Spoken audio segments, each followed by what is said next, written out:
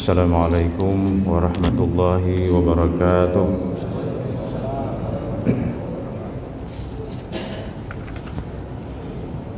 Bismillahirrahmanirrahim. Alhamdulillahi rabbil alamin. Wassalatu wassalamu ala asyrafil anbiya'i wal mursalin, nabiyika wa rasulika wa habibika Muhammadin wa ala alihi wa ashabihi ajma'in.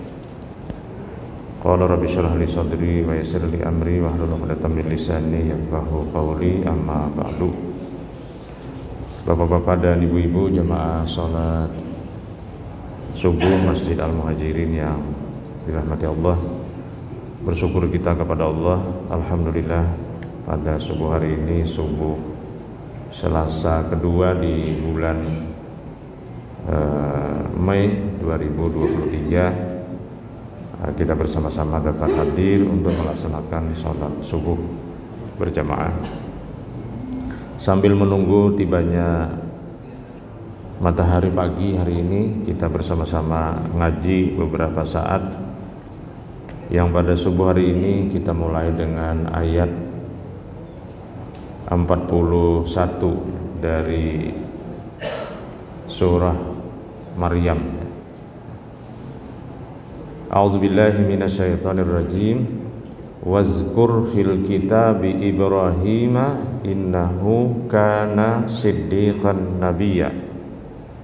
Iz qala li abihi ya abati lima ta'budu ma la yasma'u wa la yubsiru wa la yughni anka syai'a. Ya abati inni qad ja'ani minal ilmi ma lam ya'tika fattabi'ni ahdika siratan sawiyya. Ya abati la ta'budi syaitan inna syaitana kana lirrahmani asiyya. Ya abati inni akhafu ayamassaka azabu minar rahmani fatakuna lisyaitani waliyya. Qala araghibun anta an alihati ya Ibrahimu la illam tantahi la arjumannaka wahjurni maliyya. Ini ayat berbicara tentang komunikasi antara Ibrahim dengan orang tuanya. Saya kira cerita ini sudah masyhur di kalangan kita semua. Hanya kita ingin mencari apa kira-kira yang dapat diambil pelajaran dari ayat-ayat ini. Dan cerita tentang Ibrahim menghiasi banyak lembaran Al-Quran. Bahkan salah satu dari surah di dalam Al-Quran, surah ke-14 itu adalah surah Ibrahim. Jadi itu menunjukkan bahwa ketokohan Ibrahim menjadi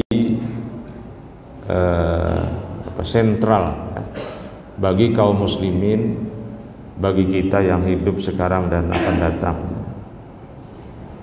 Bahkan Nabi kita SAW memimpikan suatu prestasi yang pernah dicapai oleh Nabiullah Ibrahim. Nah, itulah yang kita baca di dalam sholawat Allahumma salli ala Muhammad wa ala ali Muhammad kama sallaita ala Ibrahim wa ala ali Ibrahim wa barik ala Muhammad wa ala ali Muhammad kama barakta ala Ibrahim wa ala ali Ibrahim fil alamina innaka hamidum majid. Itu redaksi salawat yang menunjukkan keinginan Nabi kita mendapatkan prestasi sebagaimana yang diraih oleh Ibrahim sekeluarga. Nah, di dalam ayat ini, ayat 41, bahkan Nabi kita disuruh oleh Allah untuk menceritakan kisah Ibrahim itu kepada masyarakat. Wazkur fil kitabi Ibrahima, dan ingatkanlah yang terdapat di dalam kitab tentang Ibrahim. Innahu kana siddiqan nabiyya, sesungguhnya ia adalah seorang yang sangat benar lagi seorang nabi. Siddiqan sangat benar, ya. Nabi kita juga kemudian mendapatkan prestasi dengan siddiq ini, di samping amanah, tabligh dan petonah. Jadi Nabi kita disuruh menceritakan tentang Ibrahim ini. Dalam tafsir dikatakan, ceritakan dan ingatkanlah wahai Nabi Muhammad kisah yang terdapat di dalam Alkitab, yakni ayat-ayat Al-Quran yang selama ini engkau telah terima tentang Nabi Ibrahim. Nah, sebagaimana kita ketahui, Ibrahim tadi adalah salah satu tokoh yang menghiasi banyak Al-Quran, mulai dari surah Al-Baqarah, Ali Imran, An-Nisa, Al-Maidah. Itu kita akan dapatkan cerita tentang Ibrahim.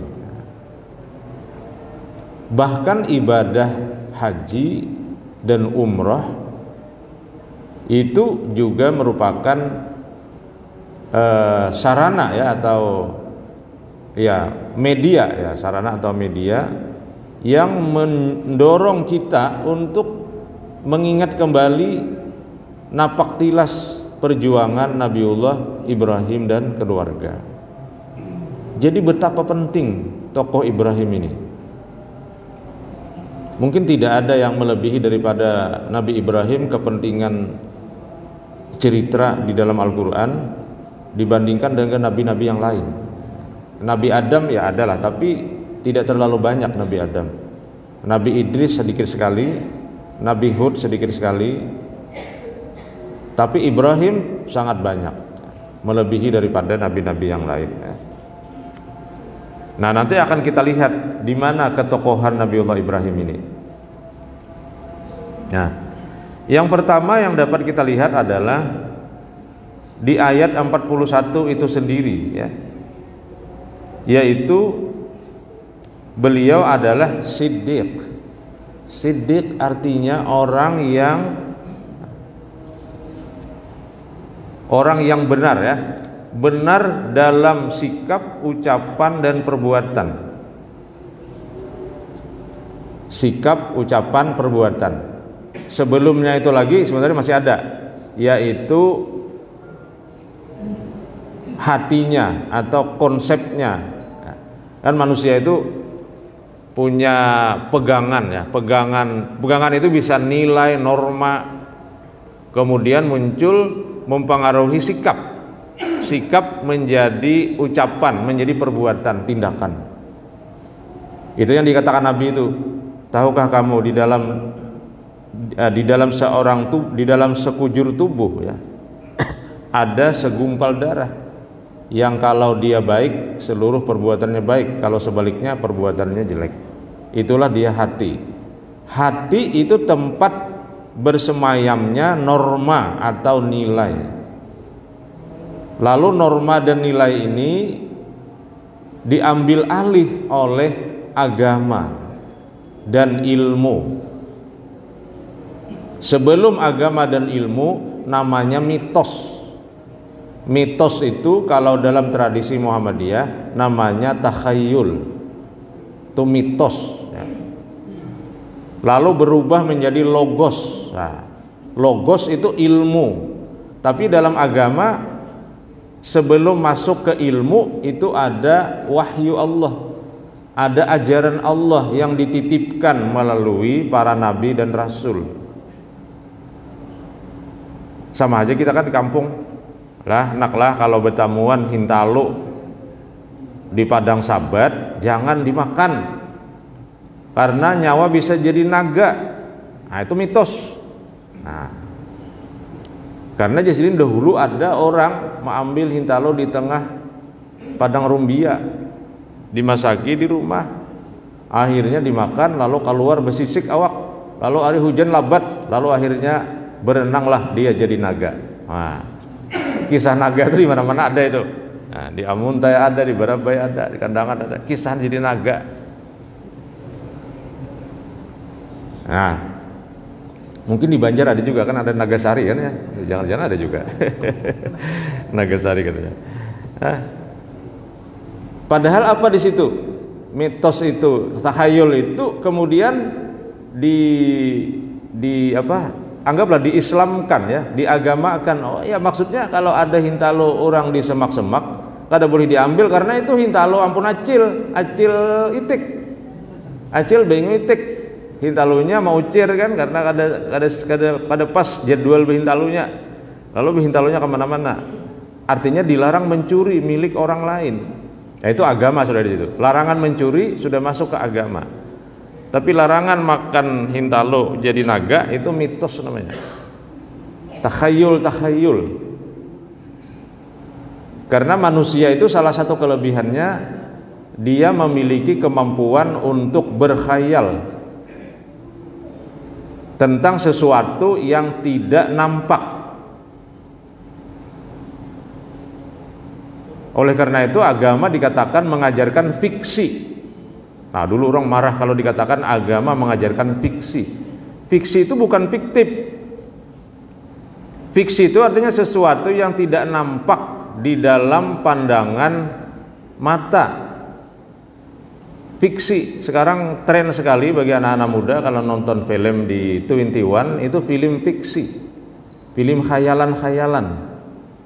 Dan dari khayalan itulah kemudian muncul kreasi-kreasi. Tahun 80-an kita nonton film kartun itu namanya Kura-Kura Ninja. Nah, itu fiksi pada waktu itu. Tapi kemudian itu menjadi kenyataan melalui teknologi komunikasi. Melalui 3G itu jadi kenyataan, kita bisa berkomunikasi dengan melihat teman bicara. Nah, itu dulu fiksinya Kura-Kura Ninja tahun 80-an atau mungkin 70-an. Nah, sekarang sudah kada kau hitungan lagi. Kalau kita mengikuti tren media sosial sekarang, teknologi informasi, itu ada namanya metaverse ya. Metaverse itu alam gaib artinya. Jadi dulu yang gaib-gaib itu sekarang mulai dimunculkan sebagai sebuah kenyataan. Dulu fiksi, sekarang jadi kenyataan. Nah, maka agama itu kemudian menjelaskan mana-mana yang mitos itu sebagai sebuah hayalan takhayul, mana-mana yang nanti yang sebenarnya itu bukan takhayul tetapi ada. Maka muncullah konsep gaib di dalam Al-Qur'an. Hantu berbiaban ada, itu takhayul. Tapi setan dan iblis memenuhi ruang ada. Al-Qur'an menginformasikan, hadis menginformasikan. Jadi kalau saya menyebutnya iblis dan setan itu memenuhi ruang, termasuk di masjid. Buktinya sandal hilang. Nah, berarti kan ada setan. Karena ajar Nabi bukan hanya memenuhi ruang, iblis dan setan itu bahkan juga berada dalam diri setiap orang. Apa yang dikatakan di dalam surah An-Nas kan, allazi yuwaswisu fi sudurin nas, itu setan. Inna syaitana yajri lil insan majrad dam. Setan itu mengalir dalam tubuh manusia seperti darah.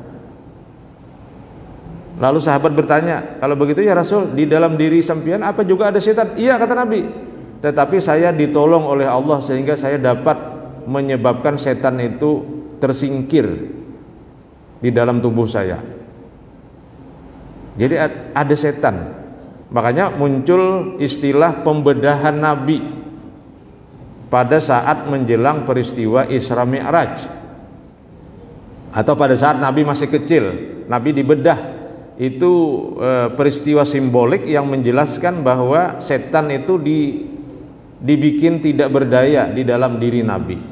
Apakah pembedahan itu benar-benar terjadi atau tidak, wallahu alam. Tapi itu bisa dipahami aktivitas simbolik ya, majazi namanya di dalam agama. Dia memenuhi tempat.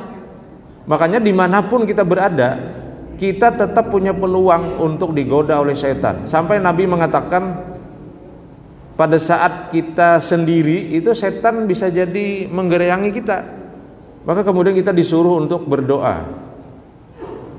Pada saat musafir suruh berdoa, pada saat dimanapun kita berdoa. Karena doa dan zikir itulah yang akan menyebabkan setan tersingkir. sementara ya.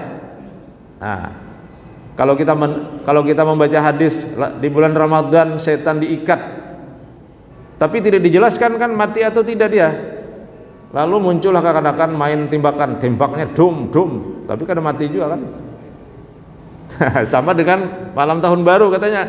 Tahun baru itu dewa-dewa, setan-setan turun, maka kemudian dibalas dengan mercon.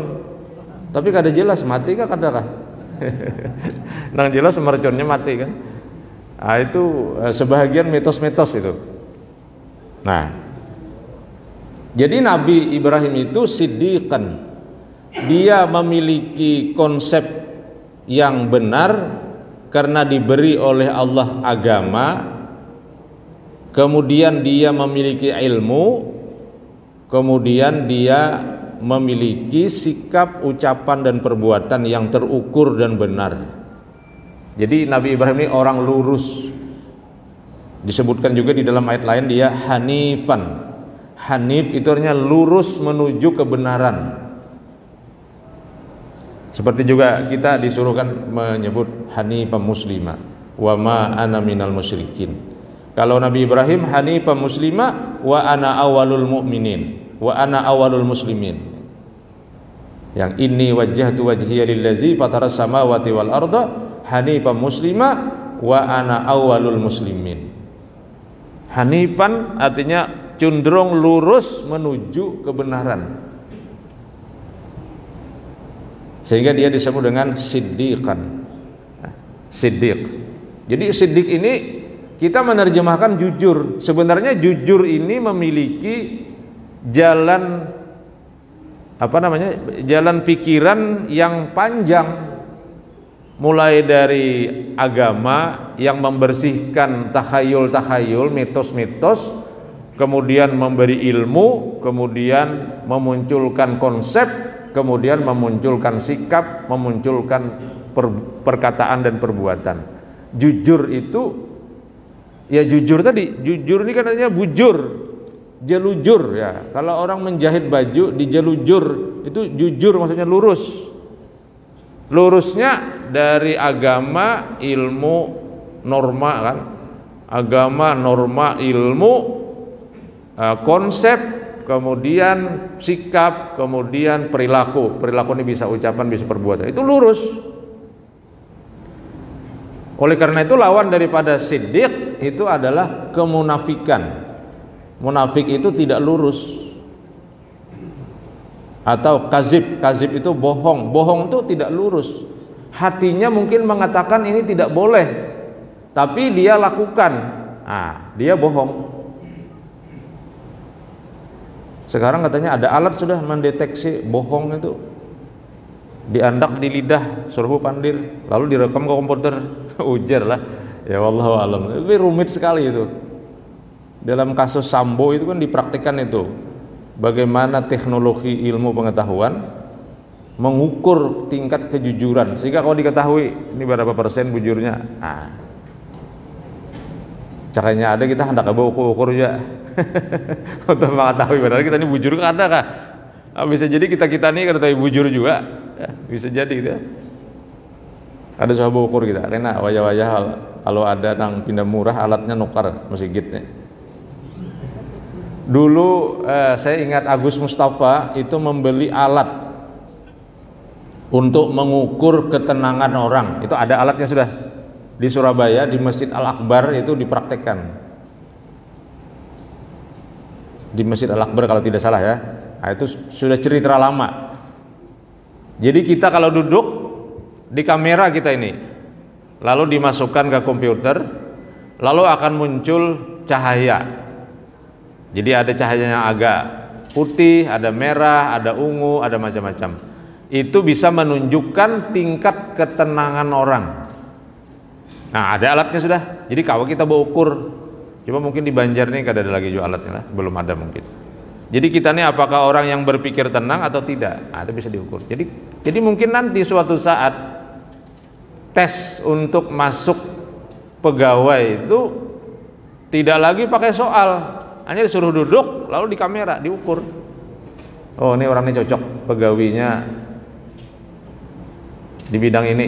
Nah, Ada kisah kan orang punya anak 3, yang satu kata cuma gambar. Wah, ini kalau sudah besar nih jadi arsitektur. Karena bahari arsitektur menggambar kan. Wah, ini orang ampihan juga menggambar dah. Karena sudah pakai AutoCAD ya. Menggambarnya sudah lain. Yang ini ke-7 berhitung. Wah, ini berarti untuk jadi dosen matematika. Tapi ada seikong nampang guring. Kada usah ulun tarasakan pangguring ini jadi apa. Nah, jadi Bapak Ibu sekalian, itu kisah aja ya. Nah, jadi Bapak Ibu sekalian, Nabi Ibrahim itu keteladanannya pada sifat siddiq. Jadi kalau kita bicara siddiq, itu Nabi Ibrahim. Contohnya, Al-Quran menyebut innahu kana siddiqan. Jadi Nabi kita itu rupanya meniru Nabi Ibrahim itu, kejujurannya. Yang tadi berasal dari agama, wahyu, norma, ilmu, sampai kepada perbuatan. Maka perbuatan-perbuatan Nabi Ibrahim untuk mempertahankan kejujurannya itu penuh dengan perjuangan. Nah, mungkin ini yang kedua. Nabi Ibrahim adalah orang yang teguh dalam memperjuangkan kebenaran yang dia yakini, meskipun dia harus menerima hukuman yang mengancam jiwanya. Kada gentar ya. Maju tak gentar membela yang bayar yang benar ya, membela yang benar. Nah, ada juga kan maju tak gentar membela yang bayar. Nah, itu lain lagi itu. Itu kada jujur, itu menalikung makanya kalau bahasa Banjarnya. Ini orang menalikung ini. Menalikung itu artinya berjalan menyimpang dari jalan yang hanif, dari jalan yang lurus ya. Mungkin 2024 nanti kita akan melihat berbagai macam atraksi politik ya, dari berbagai calon, baik presiden, gubernur, DPR, DPD, dan mungkin sebahagian akan lucu nanti ya. Seperti tahun-tahun sebelumnya kan ada yang berhadiah karpet ke masjid, ibadah itu diambil. Ini kan lucu kan ya. Nah, ini menalikung namanya ini. Ini orang-orang yang menalikung. Nah, jadi jauh sekali dari. Jadi rupanya membagi-bagi karpet tadi, dia tujuannya itu bukan lillahi ta'ala, tapi itu tadi ingin mendidik masyarakat maju tak gentar membela yang bayar karpet tadi. Nah, jadi lucu jadinya kan. Jadi akan muncul praktek-praktek lelocon yang nanti. Jadi siap-siap tertawa aja kita. Jangan tapi pusing kita menghadapi 2024 nih. Kita tertawa-tertawa aja, kita senyum-senyum aja. Yang penting bubur siap. Bubur siap sudah nih. Nah, jadi Nabi Ibrahim itu berpegang teguh kepada kebenaran dan memperjuangkan kebenaran itu menghadapi berbagai risiko ancaman, dan itu dia jalani. Tapi sebelum dia menghadapi ancaman dan mungkin kalah dalam retorika politik kekuasaan pada zamannya, Nabi Ibrahim melakukan komunikasi yang sangat cerdas dalam mendakwahkan agamanya. Maka terkenallah kan dialog-dialog Nabi Ibrahim dengan orang tuanya, dengan Namrud ya. Siapa ini yang mengapak ini? Nah, kata Ibrahim, dia yang melakukannya dan yang besar ini. Nah, kan dia yang melakukannya yang besar ini. Bal fa'alahu kabiruhum haza kan. Nah, ini kan komunikasi cerdas. Ada yang mengatakan ketika dia yang melakukannya ini itu dia menunjuk kepada dirinya dengan ini, dengan ibu jarinya. Nah, yang melakukan ini, yang besar ini. Nah, yang besar ini kan, yang melakukan ini. Nah, jadi akhirnya bingung juga rupanya si Namrud ini kan, raja ini. Katanya mana mungkin si yang besar ini mengapak temannya, kan dia tidak bergerak kemana-mana. Nah, makanya ajar Nabi Ibrahim sudah saya jelaskan di awal.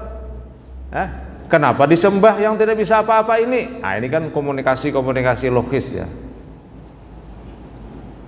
Ya mirip-mirip. Kalau sekarang itu tapi kadang mirip Bang, dan jelas tidak sama. Kalau pian nonton Rocky Gerung, Rocky Gerung ya, wah itu pedas sekali kritiknya. Misalnya, kita harus membangun politik yang cerdas dan bermartabat melalui pemilu. Itu kata Rocky Gerung, nihil itu. Tidak ada itu yang dilakukan itu. Karena cerdas itu letaknya di perguruan tinggi. Perguruan tinggi itu adalah tempat di mana ilmu pengetahuan dikembangkan. Sementara kampanye membahas pemilu dilarang di perguruan tinggi. Berarti ini cara-cara politik retorika belaka. Ulun berpikirakan, jujur nih, Rocky Gerung nih. Dia memang bukan berasal dari agamawan. Dia ini berpikir ini aja, berpikir otak aja kan. Tapi viral sekarang ini. Martabat itu adalah akhlak. Akhlak itu dikembangkan di tempat rumah ibadah, di masjid, di gereja, di mana-mana. Sementara orang dilarang bicara politik pemilu di masjid. Berarti kata Rocky Gerung mengatakan politik ini adalah pendidikan yang cerdas dan bermartabat, itu nihil, nol nilainya. Wah, jadi menganggap pubuhan istana itu dianggapnya nol. Bahari itu kan kalau kita sekolah ya, kada dapat sebuting-buting menjawab tuh nol. Cuma kita pintar juga, besi pulpen juga. Andaki angka 7 kan sebelumnya 70, padahal asalnya nol. Jadi kawan dapat hintalo aja kawan. Tapi gampang, andaki 7 tak 7. Kawitan kan sekolah juga, ada tahu jadi bujur kan kadang jawabannya dapat berapa nak? 70, padahal nol. Iya. Ini Rocky Gerung ya. Rocky Gerung ini bagus juga, sesekali pian buka YouTube-nya itu. Ya banyak hal-hal yang saya kira sesuai dengan agama kita juga ada ya. Ya, ada juga yang tidak sesuai, mungkin ada juga dan lain-lain. Nah, itulah media sosial sekarang, saya kira ya sebahagian mencerdaskan, tapi bagi saya itu hiburan. Jadi kalau saya hiburan-hiburan nonton YouTube itu ya Rocky Gerung dibuka, Cak Lontong. Cak Lontong tuh rame juga. Cak Lontong, Rocky Gerung kadang-kadang ya. Itu kalau yang serius-serius kan Adi Hidayat tuh serius sekali kan. Itu serius itu. Ustadz Abdul Samad itu sedikit serius, ada juga yang tidak serius, banyak seriusnya juga. Tapi kalau Cak Lontong, semuanya kita ketawa aja. Ngarannya aja Cak Lontong sudah. Ya. Nah, Bapak Ibu sekalian, jadi beliau melakukan komunikasi. Nah, maka pada ayat-ayat setelah ayat 41, ayat 42, 43, 44 ya, sampai 45 itu semua diawali dengan kata ya abati. Ya abati itu untuk menunjukkan abun ya, abun itu artinya ayah ya. Jadi abih atau abihi ayahnya, atau abati nanti itu adalah artinya terambil dari kata abun juga yang dirangkaikan dengan huruf ta yang berfungsi sebagai pengganti huruf ya yang menunjukkan makna kepemilikan. Namanya ya milik ya, sehingga abati biasa diartikan ayahku atau bapakku. Kata ini mengandung makna kelemah lembutan dan memberi kesan merengek untuk meminta sesuatu kepada orang tua. Jadi ya abati itu apa bedanya dengan ya abi? Asalnya kan ya abi atau ya abuya. Kita kadang-kadang abuya atau abi, abuya, abi sama saja artinya bapakku. Kenapa ada ya abati pakai tak, pakai pengganti, pakai huruf pengganti? Itu menunjukkan dalam bahasa Arab keakraban. Sebenarnya artinya sama, ya abati wahai ayahku ya. Sama dengan ya abi atau ya abuya ya. Tapi dalam bahasa Arab kadang-kadang berubah-ubah dan itu menunjukkan ada keakraban. Sama juga mungkin dalam bahasa Jawa ya, atau dalam bahasa kita, aku, ulun, saya, itu bertingkat-tingkat ya, dari aspek kelemah lembutannya. Orang menyebutnya bahasa halus ya. Ini bahasa halusnya Pulau Jawa tuh begini ya, ada beberapa tingkatan katanya. Sama juga dengan bahasa Banjar. Nah, nanti pian bisa teruskan ayat 41 ini membacanya 42, 43, 44 sampai 45 itu menunjukkan komunikasi yang sangat cerdas dari Nabiullah Ibrahim kepada orang tuanya. Jadi kalau kita lihat di sini ada 3 hal ya. Yang pertama, dia orang yang sangat jujur dari agamanya, yang menghilangkan mitos takhayul. Kemudian kan dia mengatakan ini matahari Tuhan kita. Nah, itu kan takhayul tuh, mitos tuh. Nah, setelah tenggelam matahari, kata Ibrahim, kita tidak ingin Tuhan itu tenggelam, itu sudah ilmu. Jadi dari takhayul berubah menjadi ilmu. Kemudian menjadi konsep, menjadi sikap, menjadi perbuatan, perkataan, dan seterusnya. Yang kedua, dia berkomunikasi dengan baik. Yang ketiga, dia memperjuangkan kebenaran itu meskipun menghadapi ancaman yang sangat membahayakan. Nah, tentu bagi kita mungkin cukup berat ya untuk mengikuti ini. Tapi Nabi kita Muhammad SAW melalui konsep salawat itu, beliau bercita-cita ingin didoakan oleh umatnya. Allahumma shalli ala Muhammad, ya Allah berikanlah salawat kesejahteraan kepada Muhammad wa ala ali Muhammad, dan kepada keluarga Nabi Muhammad, kama sallaita, sebagaimana kesejahteraan itu kau berikan ya Allah ala Ibrahim wa ala ali Ibrahim, kepada Ibrahim dan keluarganya. Wa barik ala Muhammad wa ala ali Muhammad, berikanlah kebaikan yang terhingga ya, berkah kepada Nabi Muhammad dan keluarganya, kama barakta ala Ibrahim wa ala ali Ibrahim, sebagaimana kau berikan berkah itu kepada Ibrahim dan keluarganya, fil alamina, untuk seluruh alam juga, innaka hamidum majid, sesungguhnya engkau maha terpuji dan maha mulia. Nah, itu kita baca tiap hari. Karena itu merupakan doa kita untuk Nabi kita, yang isinya agar Nabi kita mendapatkan prestasi sebagaimana yang diperoleh oleh Nabi Ibrahim. Ini yang dapat ulun jelaskan dalam kesempatan subuh ini. Mudah-mudahan menambah khazanah pengetahuan kita. Amin ya rabbal alamin. Hadanallahu wa iyyakum ajmain. Subhanaka rabbana wa bihamdika asyhadu an la ilaha illa anta astaghfiruka wa atubu ilaik. Assalamualaikum warahmatullahi wabarakatuh.